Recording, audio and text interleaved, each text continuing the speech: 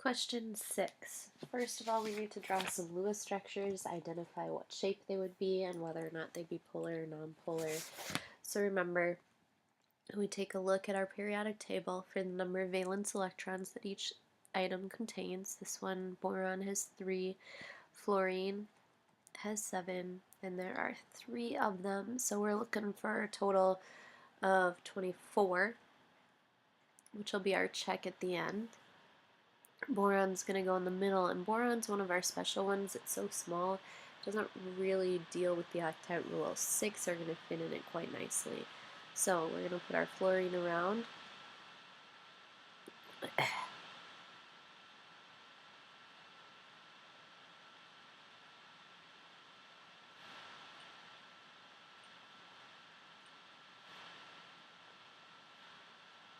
And again, it doesn't deal with the octet rule here. We are going to do a double check though. 24, 8, 16, 24. We've met our total. The octet rule is done for all of the fluorines, and boron doesn't really fit into the mix, so the 6 around it is fine. It has 3 electron clouds, and all 3 of those are bonds. So this is a trigonal planar.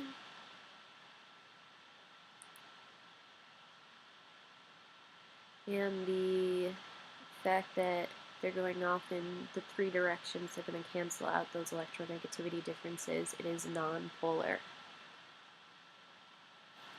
The next one, PCl3. Phosphorus has 5 Cls. There are 3 of them. They each have 7. So I'm looking for a total of 26 this time. My phosphorus needs more electrons, so it's going in the middle. It's going to have the 3 chlorines around it. And this time I can see from just the total values that I need 2 more electrons. So I'm going to put those 2 there. I have 4 electron clouds, but only 3 of those are bonds. So that is trigonal pyramid.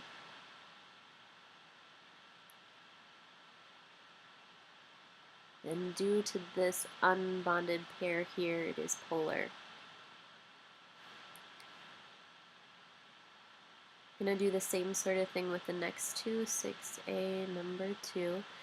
SO2 and CO2. SO2 is just like H2O. Oops.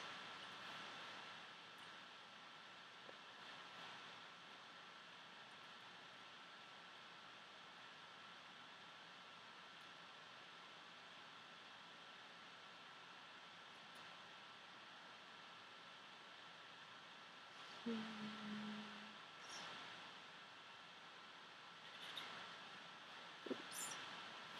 Got a few too many on there. Okay. So, this is a bent shape. Kind of an oddball one. Bent shape. It is polar. And then finally, CO2.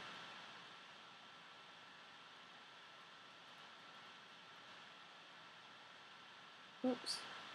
Getting too excited with my electrons here.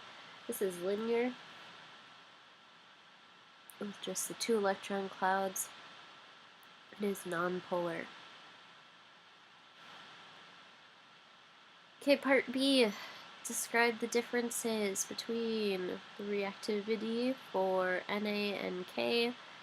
Both of them are alkali metals. Potassium is going to lose that 1 valence electron more easily due to the inner shielding of the outer electrons, and so it would be more reactive.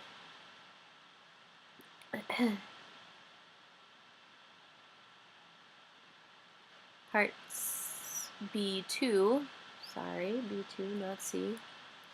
We've got bromine and an iodine. The iodine is going to oxidize more easily because its valence electrons are more loosely held. Again, similar to the potassium's reaction. And then part 3, magnesium is going to conduct, sulfur will not, and the magnesium will because of the metallic bonding with those loosely held sea of electrons, easily moving in and out. Part C, we're looking at some trends of oxides in period 3. Magnesium oxide, MgO, is basic. Aluminum oxide, Al2O3, is neither acidic nor basic. And phosphorus with an oxide, so the most common one is P4O10, that's acidic. So we can do some balanced equations for the acidic and the basic one. Start with the base, MgO. When put in water, will form magnesium hydroxide. And the acidic one, P4O10, when placed in water, is going to form phosphoric acid. Let's get it balanced here. H3PO4. Question 7. We're dealing with more of Le Chatelier's principle and how things are going to shift.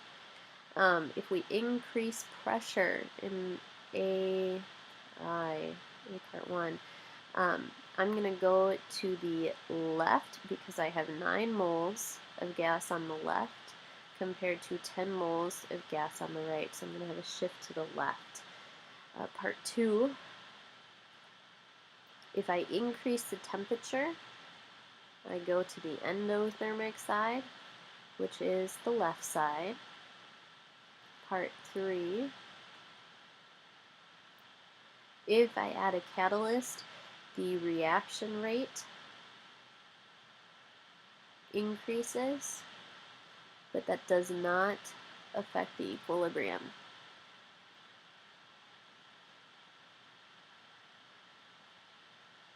So there will be no shift. In part B, I can write out my equilibrium equation, the products over the reactants. So I have H2O to the 6th, NO to the 4th, divided by O2 to the 5th, and NH3 to the 4th. The units would be moles over decimeter cubed. Part C, if we did both 1 and 2, the Kc value would decrease because the denominator is increasing. Part D, we're looking at rate questions. If the only change in part 1 is that I am decreasing the concentration, therefore I decrease the rate because there are less particles available to collide. Part 2, I am increasing the volume, but an increase in volume has no effect on the reaction rate. Part 3, I'm changing it from a piece to a powder, which means I am increasing the surface area. Therefore, I will increase the rate because there is more area available for the reaction to occur. Part 4, I am increasing the temperature. Therefore, I'm increasing the average kinetic energy of the particles that are there, the speed of the particles. So they're going to collide more often, so I'm increasing the rate. And then a catalyst lowers the activation energy. Therefore, a lower activation energy means a lower minimum amount of energy needed for a reaction to occur. So for that collision to have a reaction. And therefore, the reactions will occur more readily.